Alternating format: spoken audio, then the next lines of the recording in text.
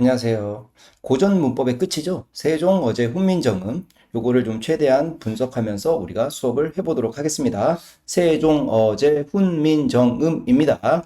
세종대왕이 어제, 어는 임금 어자죠? 세종, 임금이 만들 직접 만든 백성을 가르치는 바른 소리라는 뜻이죠. 근데 여기서 우리가 요거 하나만 보고 갈까? 세종이었잖아요. 이거 뭐죠? 묘호죠. 왕이 승하신 다음에 제사를 지내기 위해서 붙이는 묘호란 말이에요. 묘호. 그러니까 실제로 이 문헌은 세종 사후에 만들어진 작품이구나라고 보시면 되겠죠. 그러면 이제 우리 문법적인 분석을 바로 시작하겠습니다. 세종, 어제, 훈민정음이네요.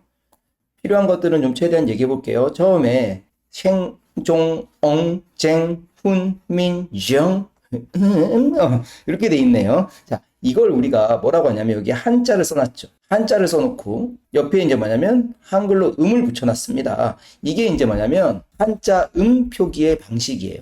한자 음 표기라고 하는데, 자, 한자의 발음을 표기할 거예요. 근데 여기에는 뭐가 있냐면 사실 이제 뭐냐면 현실 한자음이라는 게 있어요.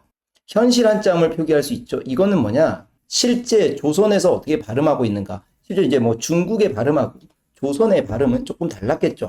같은 한자에 대해서라도. 그래서 한자음 표기에 현실 한자음을 표기하는 건 우리 조선에서 어떻게 발음하고 있는가? 요거를 표기해 주는 방식이었고요. 근데 또 하나는 뭐냐면 이상적인 한자음 표기 방식이 있어요.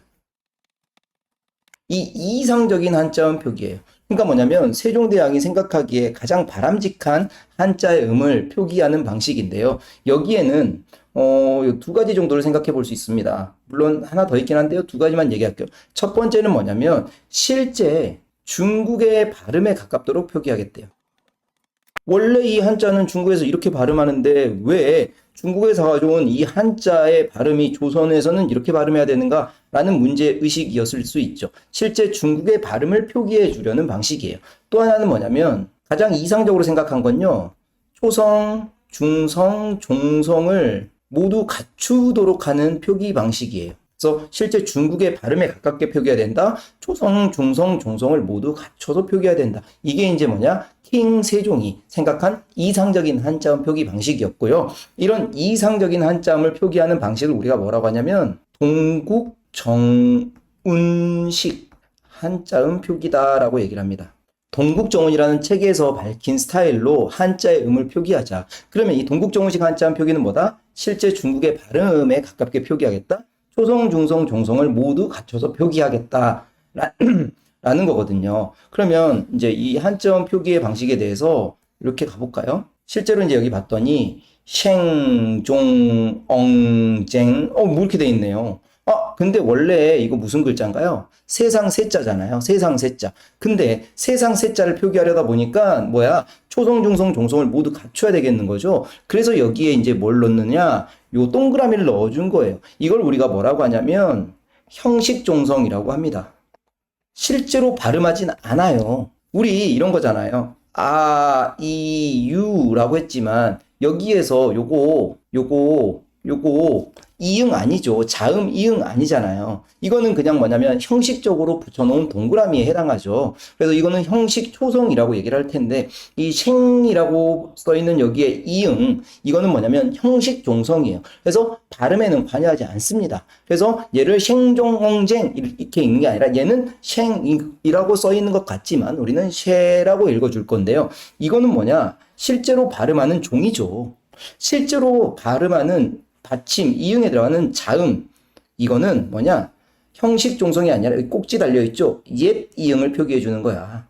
그래서 이럴 때는 종, 이렇게 읽어주는 거예요. 그러면 얘는 형식 종성이고요. 형식 종성, 얘도 형식 종성이에요. 그래서 이렇게 한자 음을 표기해 놨지만 실제로 읽을 때는 어떻게 읽었을까요? 세종, 어제, 이렇게 읽었을 겁니다. 됐죠? 세종대왕이. 자, 여기서 이제, 여기 어자가 있죠? 이거 어자. 이거 어자 무슨 글자죠? 임금이란 뜻이죠. 어전회의 할 때 어전회의는 뭐죠? 임금을 앞에 두고 회의하는 거죠. 어명이요 할 때 어명은 뭐야? 임금의 명령이잖아요. 그래서 이제 뭐냐면 세종 임금이 만든 훈민정음이에요. 백성을 가르치는 바른 소리라는 뜻이에요. 그러면 우리 이 제목에서는 우리가 저거 보고 가면 되겠네요. 뭐 보고 가면 될까요? 동국정운식 한자음 표기, 이상적인 한자음을 표기했습니다. 정도는 보고 가는 것도 괜찮겠죠. 자, 그러면 여기 지울게요. 그 다음 바로 이제 본문 들어갈게요.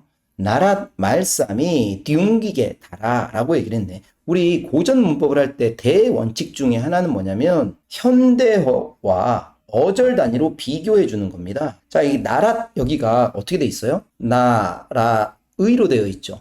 그렇다면 같고 다른 거 오는 거잖아요. 여기 시옷이 보이네요. 이 시옷이 뭐에 대응하고 있어요? 의에 대응하고 있습니다. 그러면 의라는 건 현대 문법으로 우리 뭐라고 할까요? 관형격 조사라고 얘기를 하는 거죠. 그래서 이때 이 시옷을 우리가 뭐라고 하냐? 관형격 조사라고 얘기를 합니다. 그러면 관형격 조사라는 건 뭐죠?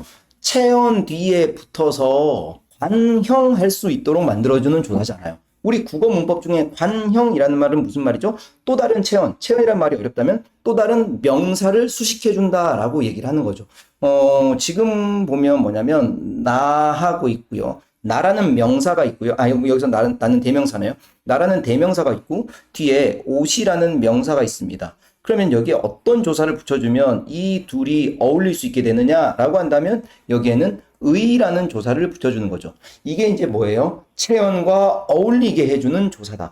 관형시켜주는 조사다. 라고 해서 우리가 관형격 조사라고 얘기를 하거든요. 근데 현대국어에서는요, 관형격 조사가 의 하나밖에 없거든요. 근데 지금 뭐냐? 중세국어 이 문헌을 봤더니 뭐라고 돼 있어요? 시옷으로 돼 있잖아요. 그러면 이 시옷이 당시에는 관형격 조사로 쓰였구나인 거고요. 실제로 이제 우리 중세국어에서 관형격 조사는요, 어떤 것들이 있냐?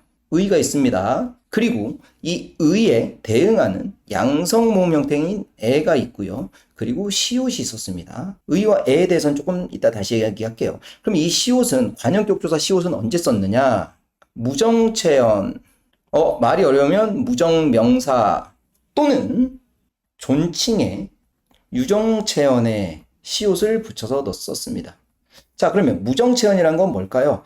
말이 어려울 수 있는데 이렇게 생각해 봅시다. 무정이라는 건 뭐냐면 사물이나 식물이에요. 사물이나 식물.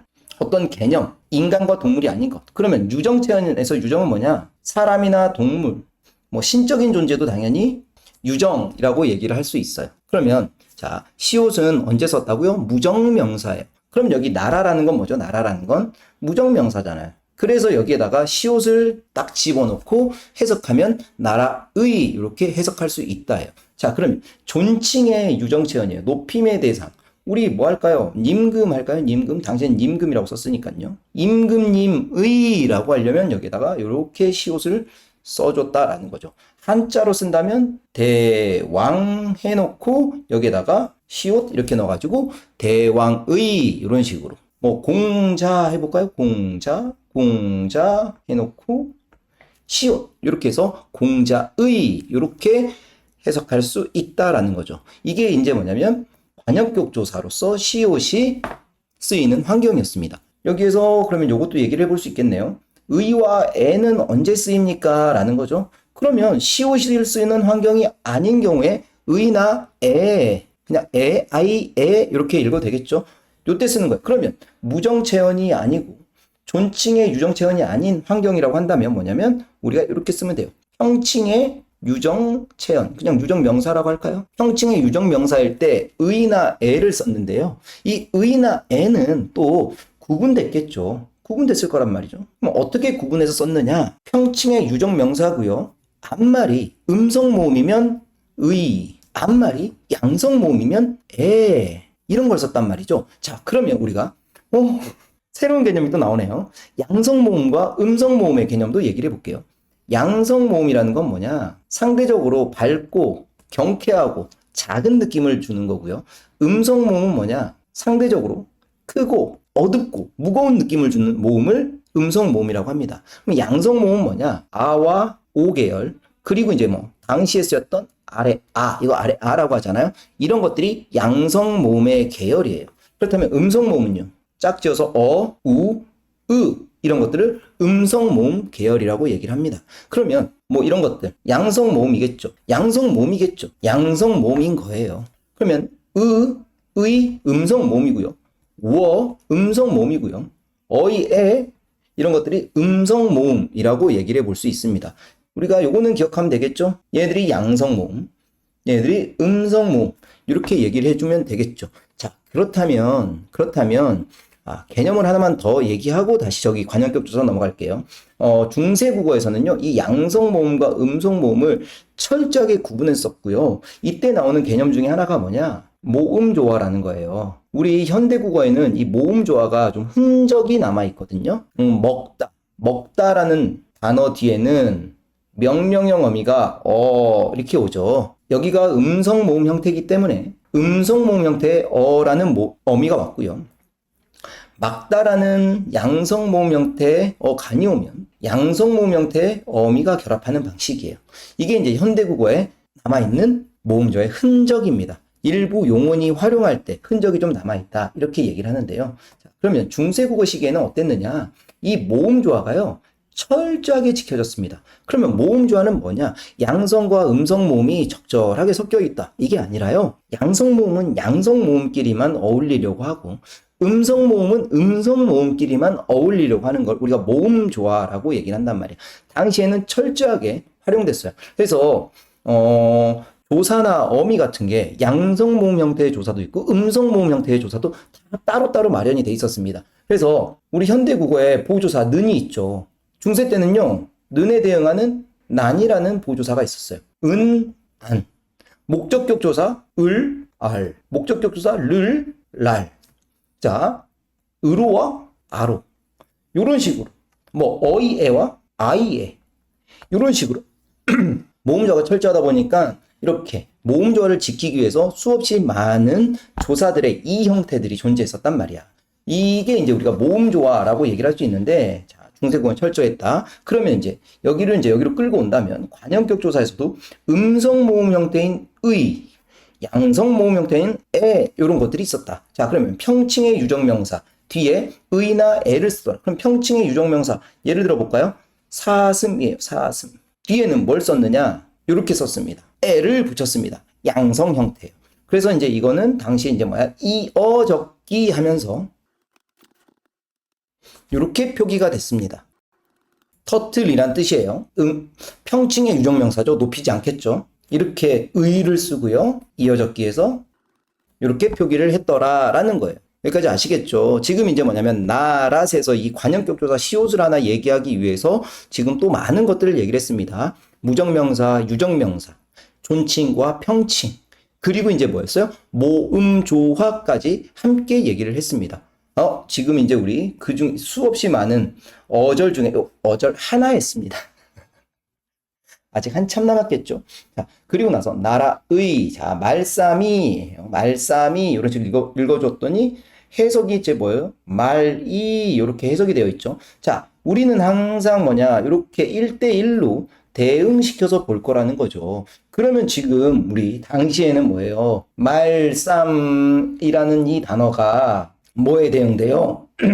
말에 대응되잖아요. 근데 이게 현대로 넘어오면 말이 아니라 선생님의 말씀이 지당하십니다 라고 해서 말을 높이거나 선생님 제 말씀 좀 들어보세요 라고 해서 자신의 말을 낮춰서 얘기할 때 높이거나 낮춰서 얘기할 때 이렇게 쓰이고 있죠. 그러면 일반적인 어떤 말을 통칭해서 썼는데 이제는 뭐였어요? 그 중에 이제 말을 높일 때 쓰거나 말을 낮출 때 쓰는 거죠. 그러면 이 말씀이란 단어가 가리키는 외연이 이렇게 좁아졌죠. 됐어요? 전체 말을 가리키다가 이제는 그 중에 일부를 가리키는 데 사용되고 있단 말이에요. 이런 것들 우리가 이제 그러면 뭐라고 하냐라고 한다면 의미의 축소라고 얘기를 합니다.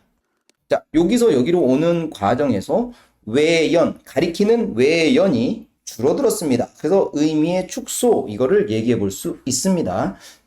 조금만 더요. 그리고 이 말싸미는요, 뭐냐면, 말씀이라는 이 단어에 주격조사 이가 결합됐습니다. 그리고 나서 이거를 이어적기 해요. 자, 이거 우리 이어적기 이어적기라고 하고, 뭐 한자로는 이거를 우리 연철이라고도 합니다. 그럼 뭐냐면 뒤에 여기 모음이잖아요. 이 빈자리죠. 중세국어 때는요, 철저하게 발음 나는 대로 표기를 했습니다. 표기와 발음과 표기가 일치했단 말이야.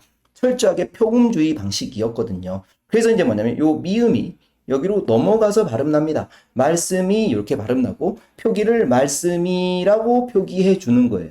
그래서 우리가 이 말씀이에서는 확인할 수 있는 건 이어적기 확인할 수 있고요. 여기 주격조사 이 이런 것들을 확인할 수 있다라는 거죠. 여기 되셨나요?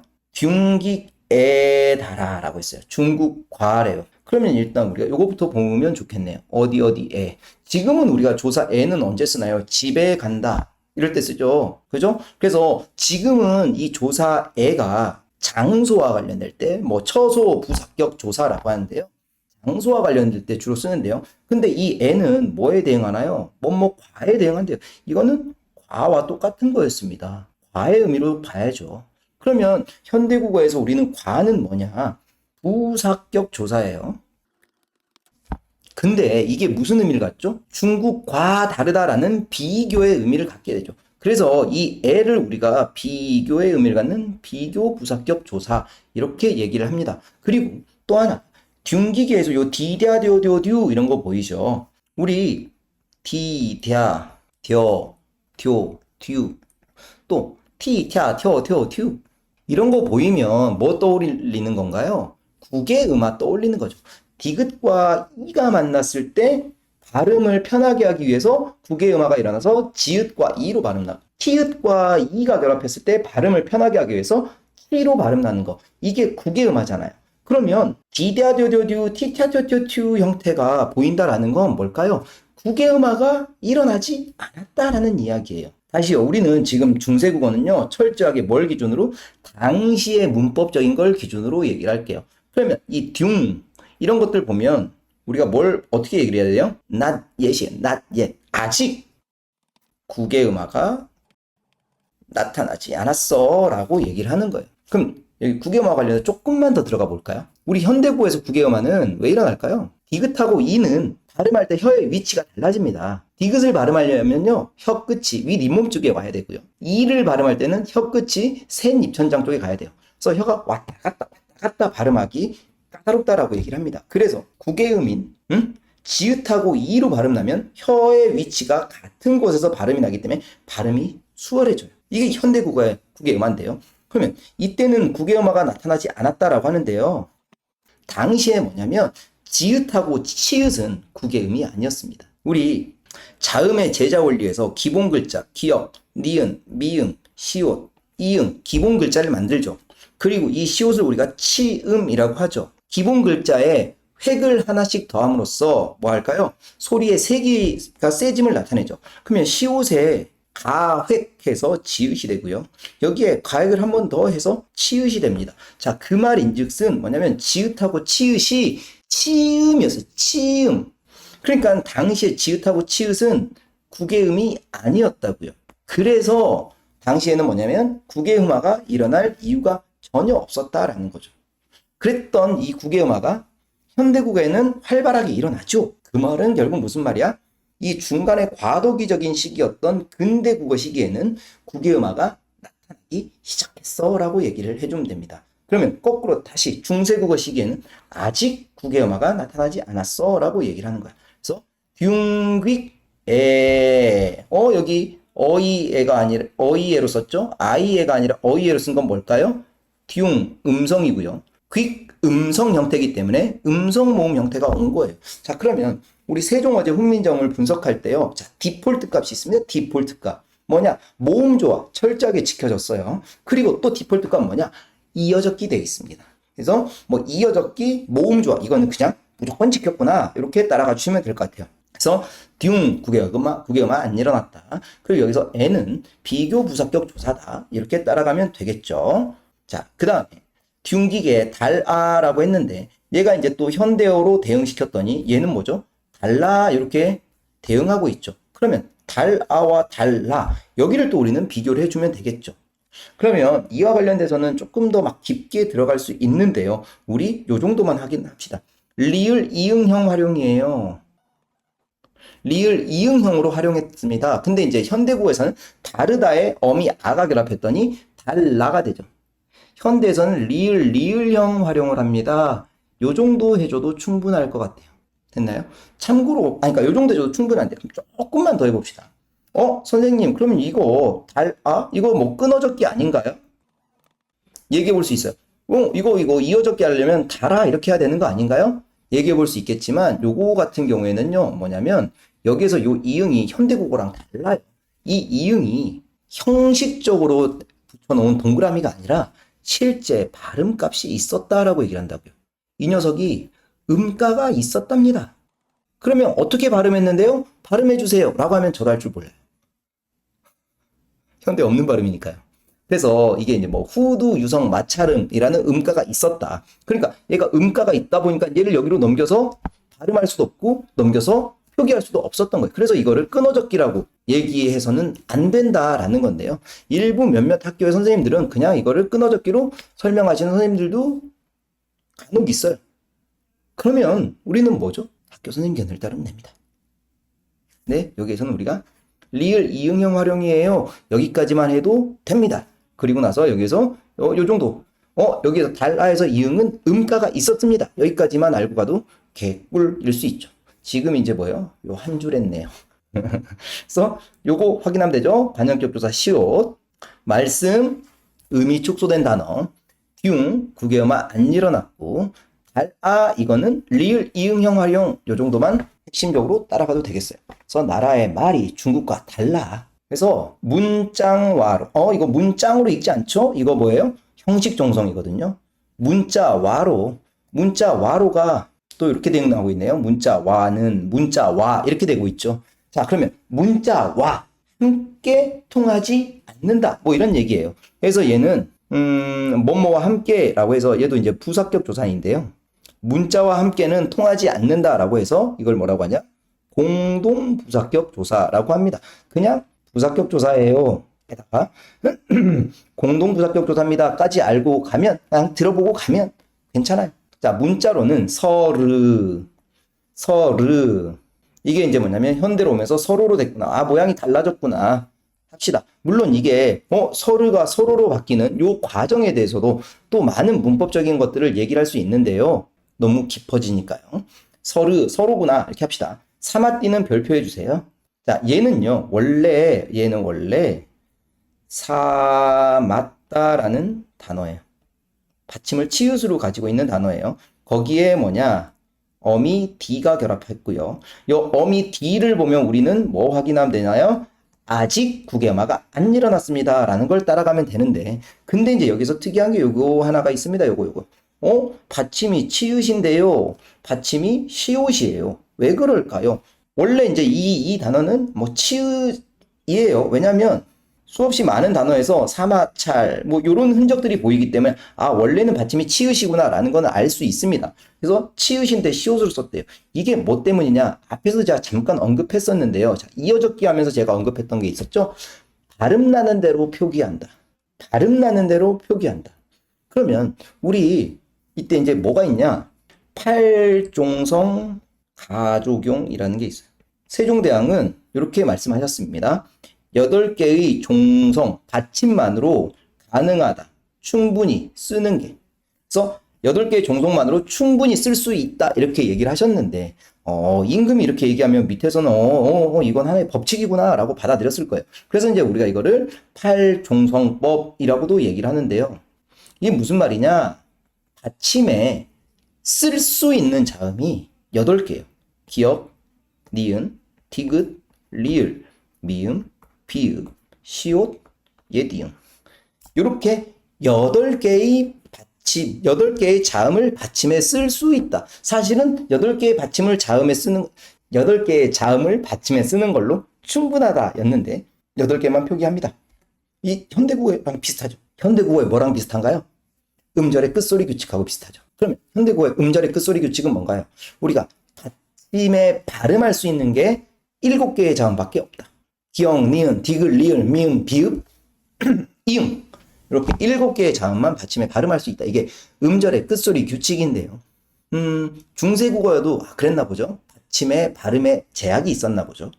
근데 받침의 발음에 제약이 있다 보니까 표기에서도 제약이 생겼던 거고, 그래서 표기에 8개만 표기합니다. 그래서 이제 뭐 할까요? 여기에 있는 이 치읓을 받침에 표기할 수 없는 거예요. 그래서 이 치읓을 이렇게 시옷으로 표기한 겁니다. 이런 걸 우리가 팔종성법이라고 얘기를 할 수 있을 것 같아요. 됐죠? 사마띠는 통하다라는 고어고, 지금은 사라진 사어다라고 보면 되겠죠? 사마띠, 아니, 할싸이. 할싸이도 보면 하다에 어미, 리을, 싸이가 결합했거든요. 그러면 얘가 이제 현대국어의 하다예요. 현대국어의 두, 뭐뭐뭐를 하다. 동사 두 이거고요. 요 하다는요. 당시에는 크다, 많다요. 크다 혹은 많다 의미를 갖습니다. 형용사겠죠.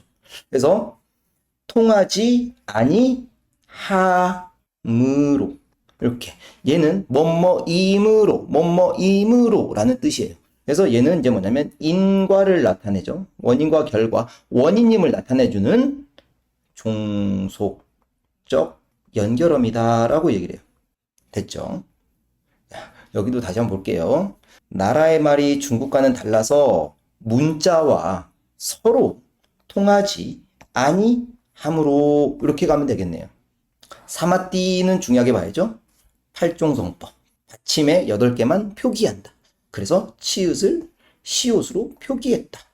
아니 할사에서 리을사에는 꽤 많이 나온다. 고전 문학 작품에도 많이 나옵니다. 뭐뭐임으로 이 정도로 해석해 주세요. 문자와 서로 통하지 아니하므로 이런 전차로 실제로 이제 뭐냐면 얘는 의미상 없어도 돼요. 왜냐면 여기 리을 사이가 있잖아요. 뭐뭐임으로 인과를 이미 나타내고 있잖아요. 근데 얘는 해석하면 뭐냐면 이런 까닭으로 이유로 이렇게 얘기하죠. 이 전차라는 이 단어는 이 까닭이라는 의미를 갖고 이제는 사라진 사어예요. 그러면 뭐뭐임으로 뒤에 이런 까닭으로 이건 사실은 없어도 되는 부분이죠. 그래서 얘는 굳이 없어도 상관없다. 자, 그다음에 어린 볼게요. 어린. 해석이 어떻게 됐나요? 어리석은으로 해석이 됐네요. 자, 어린은요. 당시에는 어리석다였습니다. 어리석다. 과거에는 어리석다. 근데 지금은요. 나이가 적다. 의미가 달라졌죠. 형태는 그대로 있는데 의미가 완전히 달라졌죠. 이런 걸 우리가 뭐라고 하냐면 의미 이동이라고 이야기를 해요. 앞에서 의미에 축소했죠. 말씀이란다는 의미가 축소됐다. 가리키는 대상이 이렇게 넓었는데 이렇게 좁아졌어요. 이럴 때 이제 우리가 의미가 축소됐다라고 한다면 얘는 교집합이 없는 상태에서 어리석다에서 나이가 적다로 의미가 완전히 달라졌어요. 형태가 같은 어리다인데 어리석다에서 나이가 적다로. 이런 거 우리가 의미 이동이라고 얘기해요. 어리석은 와이시영이 여기에서는 뭐야? 실제로 발음하는 거니까 형식 종성이 아니라 옛 이응을 표기했겠죠. 와이시영이 이런 까닭으로 어리석은 액션이 니르고죠 말하고자 이렇게 하는데 뭐 현대도 있죠. 이르고자 이렇게 대응하죠. 그러면 얘가 니르다였어요. 니르다 이렇게 쓸까요? 니르다. 근데 얘가 이제 뭐야? 현대에는 이르다. 그러면 이제 우리 여기에서 선생님 니은이 이응으로 바뀌었습니다 라고 얘기를 하면 안 되죠. 얘는 없는 거니까요. 그래서 니은이 없어졌네요. 이렇게 얘기를 하는 거고. 그러면 현대에는 없는데 과거에는 니은이 있네요. 이걸 우리 뭐라고 설명하죠? 두음법칙으로 설명하죠. 두음법칙이라는 건 뭐냐라고 한다면 머리, 그래서 시작하는 특히나 이제 뭐냐면 한자 음에서 첫 소리에 니은이나 리을을 꺼리는 거예요. 예를 들어서 로인을 노인이라고 하는 거예요. 근데 요 니은 뒤에 이, 야, 여, 요, 유가 있다면 니은마저도 없애버리는 거죠. 이게 두음 법칙이에요. 이게 두음 법칙이라고요. 그런데 이때는 뭐야? 첫 소리에 니은을 거침없이 썼죠. 그러면 이것도 이제 우리가 뭐라고 하냐? 아직 두음 법칙이 적용되지 않았어라고 얘기를 하는 거예요. 아직 두음 법칙이 적용되지 않은 거예요. 그다음 홀바이 이셔도 여기 진짜 중요해요. 홀바이 이렇게 발음하면 되는데요. 여기를 우리가 이제 형태소로 분석은 해볼게요. 하나하나 분석은 해볼게요. 얘는요, 하다, 오, 이렇게 형태수로 분석할 수 있습니다. 그러면 요거는 앞에서 두의 의미를 갖는 그 하다니까 됐고요. 자, 그러면 여기서 오라는 게 있어요. 오라는 거. 이거 선어말 어미입니다. 자, 그럼 선어말 어미는 뭐냐? 앞에 어간이죠? 어간 뒤에 오면 어미예요. 그 중에 얘가 이제 뭐야? 해당하는 어조라서 맨 뒤에 붙어 있는 어미죠? 어말 어미라고 하고, 그 사이에 끼어 있는 어미는 어말 어미 앞에 온다라고 해서 선어말 어미라고 하는데, 현대국어에서 선어말 어미는 높임의 시, 엄마가, 아니, 동생이 집에 갔다에 높임의 대상, 문장의 주어를 높이고자 할 때, 할머니께서 집에 가시었다 할 때 시 있고요. 과거 시제 선어말 어미, 과거 시제를 나타내는 선어말 어미, 미래 시제를 나타내주는 선어말 어미, get, 현재 시제를 나타내주는 선어말 어미, 는 같은 게 있단 말이지. 근데 중세국어에는요, 현대보다 선어말 어미가 훨씬 더 발달했어요. 훨씬 더 발달했어. 그래서 이 오는 그냥 선어말 어미구나 정도 합시다. 요거 들어가면 빡세져요. 물론 뭐 다른 학교들도 있어요. 뭐 대상법 선어말 어미 이렇게 얘기를 하기도 합니다. 근데 지금 우리는 뭐냐면 이렇게 형태소로 분석은 하고 얘는 그냥 선어말 어미야 정도까지만 합시다. 더 깊게 필요하다면 더 구체적인 거는 따로 설명을 하도록 할게요. 그래서 오는 선어말 어미였고요. 그럼 여기서 요 리을에 여린 히읗이 붙어 있네요. 리을에 여린 히읗이 붙어 있는 이거 우리가 뭐라고 하냐면 어말 어미인데 어말 어미 중에 뭐라고 하냐? 관형사형 전성어미예요. 자, 그러면 또 관형이라는 말 앞에서 했죠. 관형. 어디서 얘기했어요? 시옷 얘기하면서 관형격 조사하면서 했죠. 관형사형 어미라는 건 어미는 동사, 형용사 뒤에 붙는 걸 어미라고 하고 그러면 관형시켜주는 어미인 거야. 그러면 관형이라는 건 뭐야? 뒤에 명사랑 어울릴 수 있게 해주는 어미다라는 거야. 우리 뭐 할까요? 먹다 가지고 합시다. 먹 뒤에는 어미가 붙을 거예요.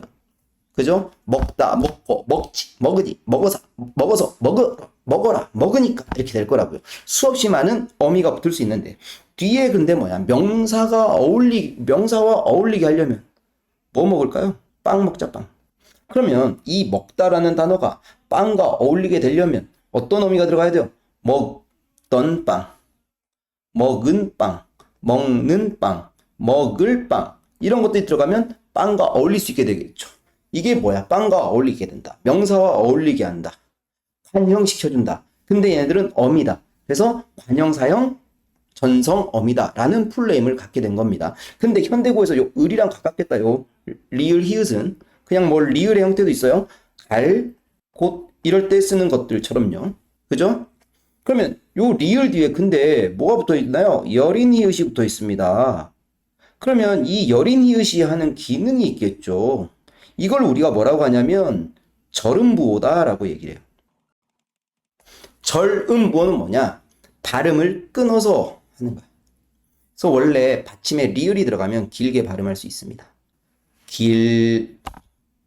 니은도 길게 발음할 수 있어요. 산, 미음도요.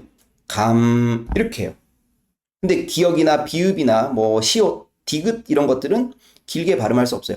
이 발음하다가도 비읍이 딱 들어가면 입 짧게 끊어서 발음하게 되죠. 그죠? 그러면 이 여린 히읗이 절음부호라고 했잖아요. 그러면 리을이 있으면 길게 발음할 수 있어요. 홀 할 수 있는데 여기 여린 히읗이 톡 들어가면서 이거를 짧게 끊어 읽게 됩니다. 짧게 끊어 읽게 돼요. 그럼 얘를 짧게 끊어 읽게 되다 보니까 홀 했다가 뒤에 비읍을 발음하려고 하면 된 소리를 발음하면 된 소리로 발음이 나게 돼요. 우리 국 기억이 들어가면 짧게 끊어서 발음할 수밖에 없다고요. 그러면 뒤에 이제 밥이 오면 된 소리로 발음 나겠죠. 국밥. 이거랑 똑같아요. 리을을 짧게 끊어 읽다 보니까 뒤에 얘가 된 소리로 발음 나요. 그래서 절음부호이면서 얘가 이제 무슨 표지도 할 수 있느냐? 된 소리로 발음하는 표지의 역할도 동시에 할 수 있게 돼요. 됐죠? 홀. 그러니까 요거는 어떻게 읽는다? 빠이. 요 이는 주격조사예요. 근데 얘가 현대국어에 또 딱 대응시켜보자. 뭐예요? 가와 대응이 되고 있잖아요. 그러면 우리가 이제 중세국어에 대해 생각해 볼 수 있는 거야. 현대국어에는 주격조사가 이하고 가가 쓰이는데 중세 때는 가가 왜 이로 쓰였을까요? 이렇게 대응시켜 보는 거죠. 자, 그러면 이때는 중세 때는 주격조사가 가가 없었어요. 그럼 이때 주격조사는 뭐가 있냐? 이만 쓰였는데요. 이가 세 가지 형태로 쓰입니다. 동그라미 딸린 이, 그냥 짝대기 이, 아니면 생략된 형태, 이렇게 주격조사가 가 없이 이런 형태로 드러납니다. 그러면 이 동그라미 딸린 이는 언제냐? 자음 뒤에서 동그라미 딸린 이예요. 앞에 나와 있었습니다. 뭐냐? 백성 이, 주격조사예요. 얘는 근데 그러면 왜 동그라미 딸린 이가 왔느냐? 얘가 발음하는 자음 뒤니까 동그라미 딸린 이가 온 거예요. 또 어디 있냐면 여기. 예, 어떻게 된 거죠? 말상 뒤에 이 해서 그냥 이어적게 돼버렸으니까요. 그지? 그러면 자음 뒤에서는 동그라미 딸린 이인데요. 그러면 그냥 짝대기 이만 쓸 때는 언제냐? 아, 요거부터 하는 게 좋겠네요. 그러면 어떨 때 생략되냐? 2로 끝나는 모음 뒤에요. 2로 끝나는 모음 뒤에서는 생략합니다. 자, 어떤 게 있느냐? 자, 고기가 있다고 치자. 고기. 근데 고기 2로 끝나죠. 근데 고기 2 또 발음하기가 힘들어요. 모음을 연달아 발음하면 발음하기가 불편하대요. 그래서 여기에다가는 생략하고 현대어로 풀이가 되면 고기가 이렇게 해석이 되는 거예요. 2로 끝나는 모음이에요. 그러면 용비어천가를 보면 불후이라는 뿌리라는 옛말 불후이가 있어요. 이것도 2로 발음이 나죠. 그래서 여기도 생략합니다. 그럼 또 뭐 할까요? 아, 만약에 고개가 있다고 치자고요. 고개. 근데 요게 현대어로는 개, 단모음이지만 이 당시에는요. 이중모음이었어요. 그래서 얘를 어떻게 읽었느냐? 가이 이렇게 읽었습니다. 고가이. 근데 그러면 얘도 뭐로 끝나요? 이로 끝나요. 그래서 고가이 굳이 이렇게 발음할 이유가 없었겠죠? 그래서 생략된 형태로 나옵니다. 그래서 새 날아간다. 뭐 이런 식이 있었다면 요 뒤에는 생략돼 있고 새가 날아간다 이렇게 해석할 수 있다라는 거죠. 됐죠? 그러면 요 짝대기 이는 언제 썼을까요? 이로 끝나는 모음이 아닌 나머지 모음 뒤에서 짝대기 이를 썼다예요. 부텨. 자, 부텨인데 짝대기 이를 넣어서 붙여가라고 한다면 여기 요렇게 씁니다. 부태로 읽는 게 아니라 부텨이 이렇게 읽었어요.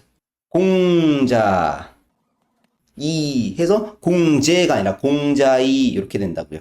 여기 되셨나요? 물론 한자로 썼다고 칩시다. 공자예요. 그럼 요 뒤에는요. 이렇게 옵니다. 그래서 공자이 이렇게 주격조사로 읽었다. 되셨죠?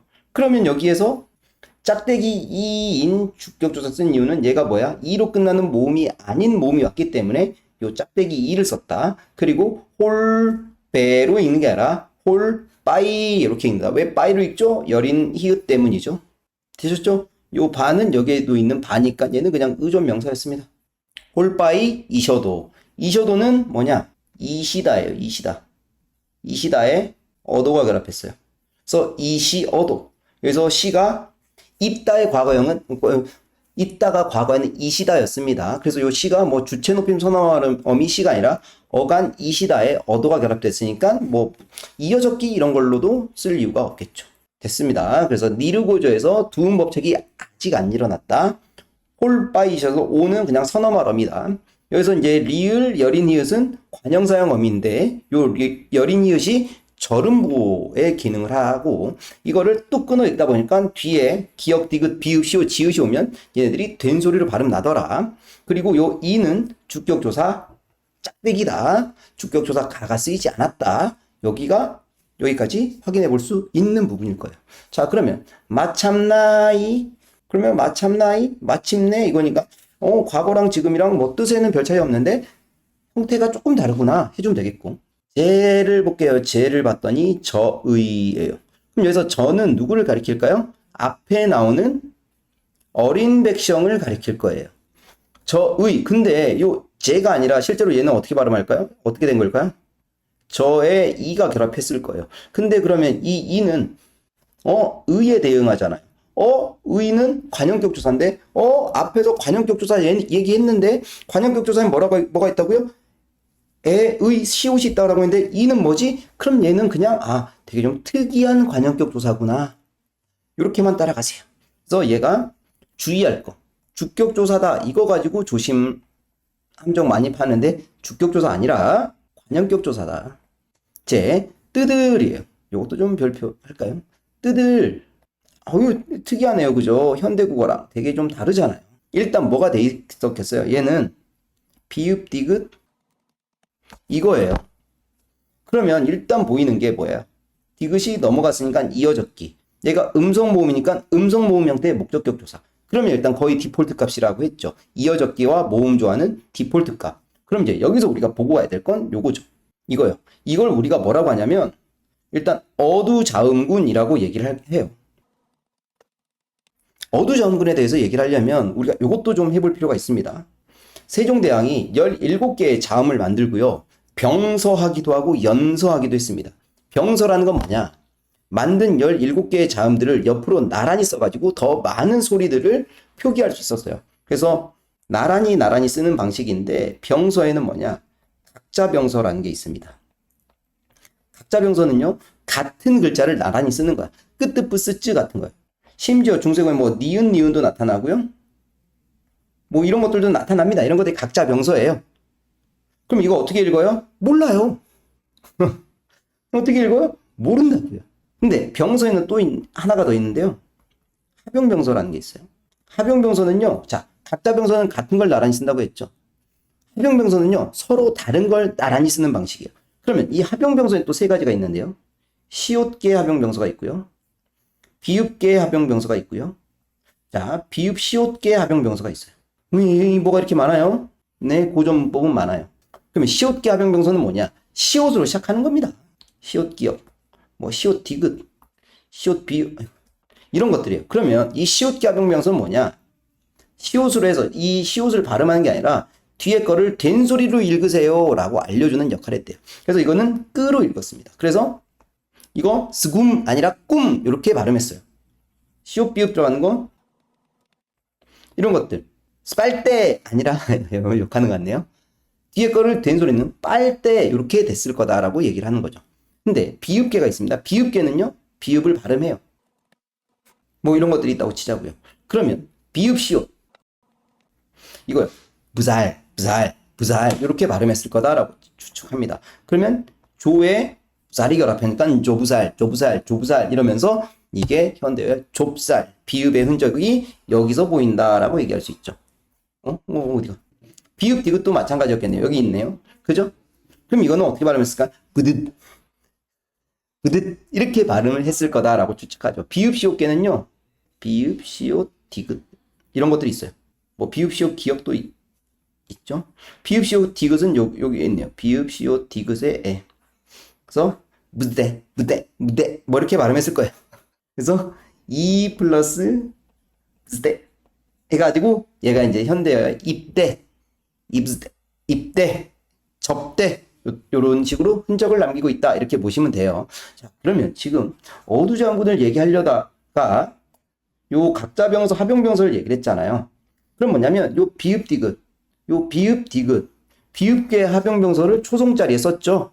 그러면 어두의 말의 첫 시작 지점에 자음이 군 무리를 이루고 있어.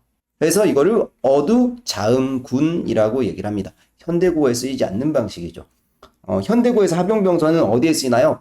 받침 표기에는 쓰입니다만 이 합용병서자를 초성자리에 쓸 때 어두자음군이라고 얘기를 해요. 근데 이거 발음 기준이기 때문에 일반적으로 요 시옷계 합용병서는 자, 이 스드 아니라고요. 요 시옷을 발음하지 않는다고요. 그래서 요거는 그냥 끄로 발음했죠. 끄로. 그래서 어두에서 자음 두 개가 다 발음 나지 않아요. 그래서 시옷계는 어두자음군이라고 얘기하지 않는 게 일반적인데요. 물론 이것도 학교에 따라서 시옷계도 어두자음군이야 라고 얘기하시는 선생님도 계세요. 그러면 그런갑다 치는 거죠. 이제 무드드 오케이. 실어는 능이에 대응하고 그러면 얘가 이제 뭐야? 능이에 해당하는 뜻을 가지고 있었는데 지금 사라졌나 보다 하면 되겠고 표디 디다저듀 보이면 아직 국외음화가 일어나지 않았다라고 해주면 되겠고 못 이렇게 대응하죠? 그러면 받침이 원래 디귿이었어요. 받침을 디귿에 표기할 수 있었다면 팔종성법입니다. 라고 해주면 되겠죠. 됐죠? 그 다음에 못할, 여기 할도 우리가 분석해 볼게요. 하, 이렇게 되겠네요. 그죠?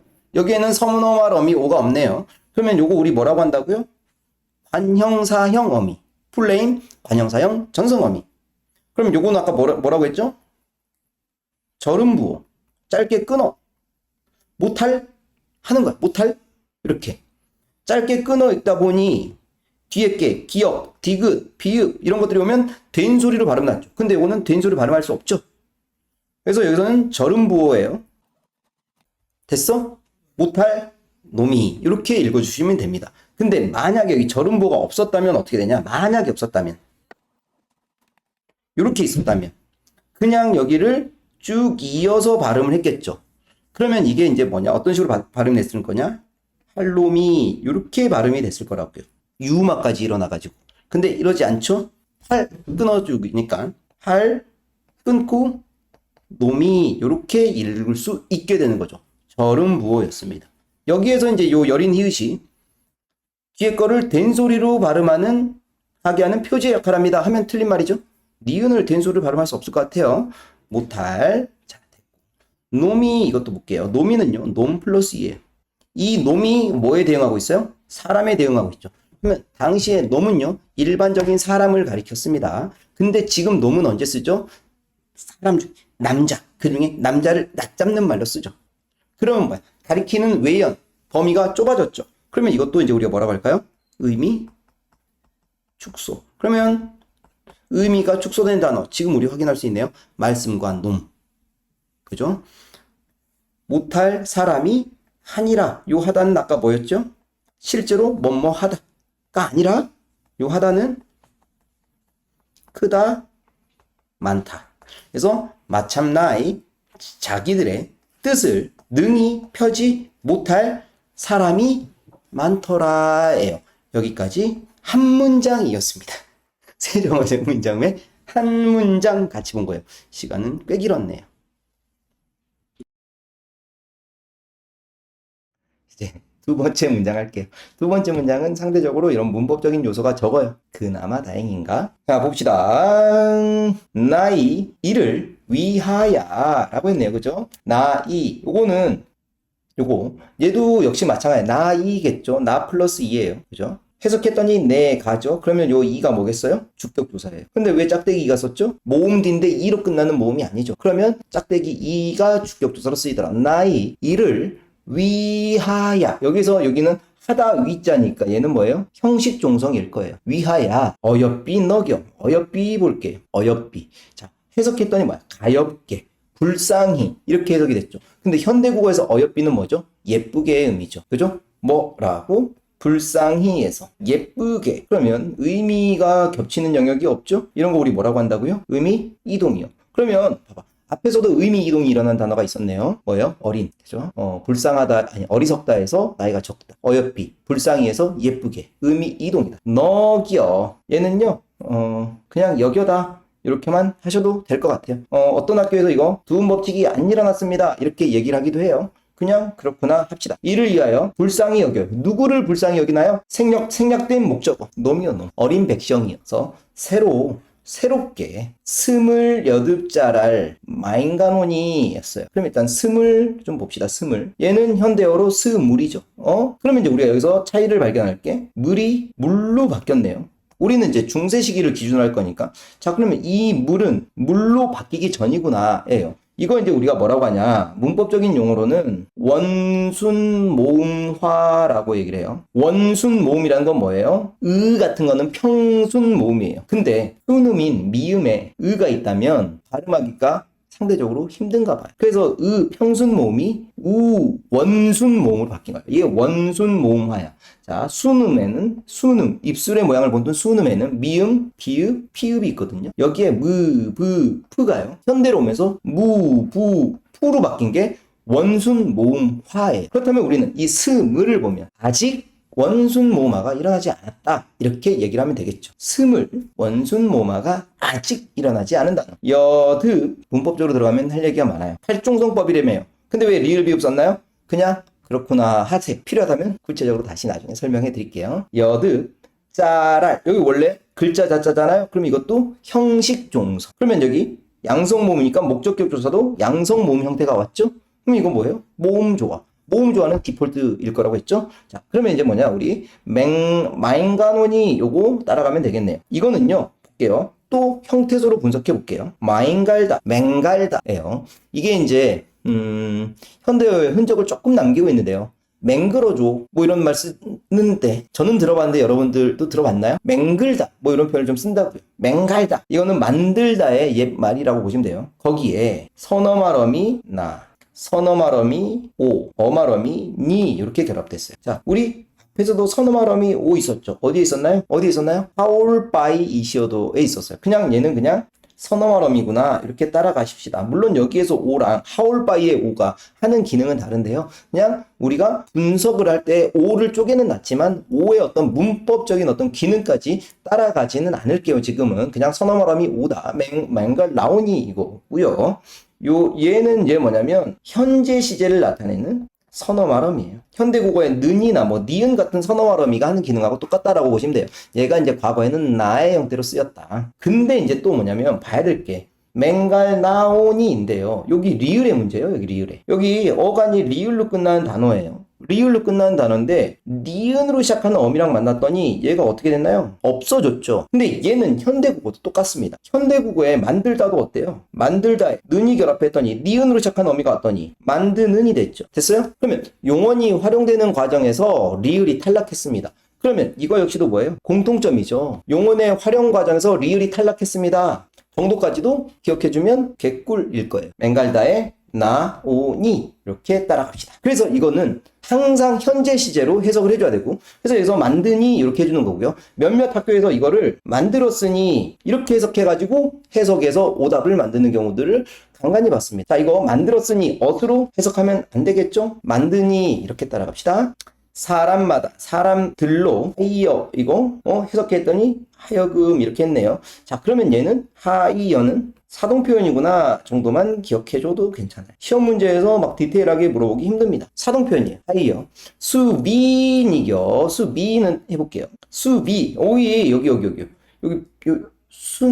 우리 뭐라고 하냐면 순경음 비읍이라고 얘기해요. 순경음이라고 해요. 순자는요 입술 순자. 순음은 순음인데요. 가볍게 나는 순음이라고 얘기를 합니다. 우리 순음에는 뭐가 있냐면 미음, 비읍, 피읍이 있어요. 미음의 기본자고요. 비읍이 가획자고요. 피읍이 가획자인데요. 여기다가 이응을 붙여가지고 가벼운 입술 소리 해서 순경은 미음, 순경은 비읍, 순경은 피읍 이렇게 했고요. 그 중에 이제 우리말을 표기할 때는 순경은 비읍이 쓰였고 순경은 미음, 순경은 피읍 같은 경우에는 한자의 음을 표기할 때 좀 쓰였습니다. 그러면 순경은 비읍이 좀 더 중요하겠죠. 그래서 이 수비는요 숲다라는 단어였을 거고요. 여기에 접사 이가 결합했고 얘가 이어졌기 위해서 수비니겨 이렇게 표기가 됐었던 거예요. 근데 이 순경은 비읍이요. 순경은 비읍이 후대로 오면서 이 순경은 비읍은 없어졌잖아요. 얘가 오나 우, 단모음 오나 단모음 우, 그 다음에 반모음 오나 반모음 우로 바뀌기도 했어요. 혹은 아예 사라지기도 했습니다. 그럼 뭐가 바뀌었냐라고 한다면 단모음 오나 우로 바뀐 건 돕다에 어미 아가 오면 당시에는 도바였을 거예요. 도바. 근데 순경은 비읍이 반모음 오로 바뀌면서 현대어에선 얘가 도와 이렇게 되는 거죠. 이게 이제 순경은 비읍이 오나 우로 바뀌었다 이렇게 얘기를 하는 거고요. 자, 뒤에 접사 이랑 결합할 때는요 주로 사라졌어요. 그래서 뭐 곱다라는 단어가 있는데요. 이랑 결합하면 당시에는 고비였을 텐데 이제 현대로 오면서 얘가 순경은 비읍이 사라지면서 고이 접어 나빌레라 이런 식으로 쓰이죠. 그러면 이 순경은 비읍이 포함됐던 수위 얘네들이 이제 현대로 오면서 어떻게 될까요? 수이 혹은 쉬 요렇게 바뀌었다라고 보시면 되겠네요. 그래서 순경은 비읍 확인할 수 있겠네요. 여기 되셨죠? 쉽게 니겨는요 니기어예요. 근데 여기 익혀져. 그러면 얘는 현대어랑 비교했더니 히어예요. 그러면 우리 닉인데 익이 됐습니다. 요거 이제 우리 뭐 확인하면 되는 거죠? 두음 법칙이 아직 안 일어났다 확인하면 되는 거죠. 이거 확인하면 되는 거죠. 자, 그리고 또 하나만 확인한다면 뭐 사동을 나타내는 전미사 이희리기 우구추 들어봤을까요? 근데 닉다에는 이가 결합됐다면 익다에는 희가 결합됐구나. 여기까지만 차이만 따라가는 것도 괜찮네요. 굳이 외우려고 하지 마세요. 그냥 니겨에서는요 두음 법칙이 아직 안 일어났어요. 그리고 여기에는 접사가 이가 결합했는데 현대로 오면 니은이 떨어졌고요. 이제는 희가 결합했네요. 까지만 판단할 수 있어도 사고 넘칠 정도로 많이 알고 계시는 거예요. 사람들로 하여금 쉽게 익혀 날마다 무즘에 요거부터 얘기할게요. 애는요. 아이애도 있고 어이애도 있다라고 했죠. 근데 굳이 어이애가 쓰였죠. 왜 그랬을까요? 음성이니까 어이애가 썼습니다. 그리고 애인데 수매가 됐죠. 이건 뭐라고요? 이어적기요. 디폴트 값이죠. 이어적기 모음 조화 됐죠? 그러면 이제 여기에서 우리가 이제 순경음이 아니라 이거 보자고요. 비읍시오. 이거 비읍계 합용병서를 초성자리 쓴 거죠. 이거 뭐라고 한다고요? 이응 디귿 지읒 이응 기역 어두 차음 군이요. 됐죠? 그리고 이제 요 음에 대해서 얘기를 해본다면요. 얘를 우리가 뭐라고 하냐면 명사형 어미라고 해요. 얘도 역시 뭐예요? 어미예요. 앞에 쓰다라는 간 뒤에 붙어 있는 어미예요. 근데 이걸 명사형 어미라고 합니다. 현재 여러분들도 명사형 어미 되게 많이 쓰죠. 저녁 먹음? 이러잖아요.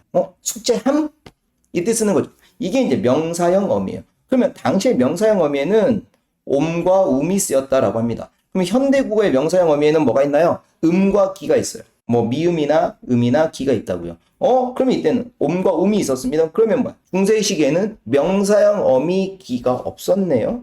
현대에는 기가 있네요. 그러면 이제 근대국어 시기에 명사형 어미 기가 쓰이기 시작했습니다 라고 얘기를 하는 거고, 중세국어에는 명사형 어미 기가 없고 명사형 어미가 옴과 음이라고 나타났다. 앞말이 양성 형태라고 한다면 옴이 쓰였을 거예요. 앞말이 음성 형태였다라고 한다면 음이 쓰였을 거예요. 밥, 먹음? 현대국어는 이렇게 쓰지만 과거는 어떻게 썼을까요? 먹다에 음성 형태의 음이 와서 이어적기에서 밥, 먹음? 이렇게 했겠네요. 그죠? 뭐랄까? 잡다 할까요? 잡다? 고기를 잡다. 잡다는 양성이니까 옴이 오겠죠. 고기를 잡음? 이런 식으로 표기를 했겠네요. 이게 명사형 어미 옴과 음이에요. 양성이냐 음성이냐에 따라서 달리 쓰였다. 그래서 수매에서는 명사형 어미 그리고 음성 모음조화 지킴 이렇게 따르면 되겠죠. 뼈남기 한자 뒤에 써줬습니다. 동국 정은식 한자음 표기 이상적인 한자음 표기 편안하게 하고자 할 하에 리을 여린 이읒은 그럼 뭐라고요? 절음부 짧게 끊어 읽는 절음부 할 따람이라 였어요. 거의 다 왔습니다. 좀만 붙어요. 따람 이니라예요.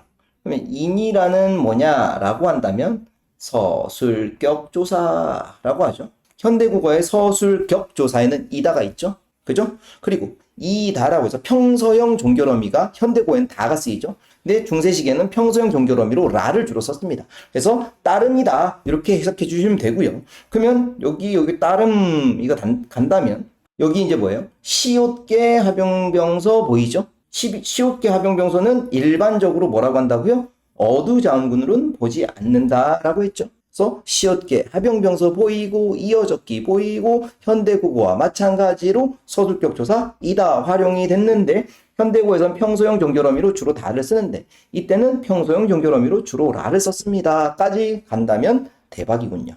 여기 됐니? 문법적인 걸 전반적으로 훑었는데요. 제가 지금 안 하고 간 게 하나 있어요. 여태껏. 사실은 앞에서 써야 되는데 까먹었어요. 자, 뭐냐?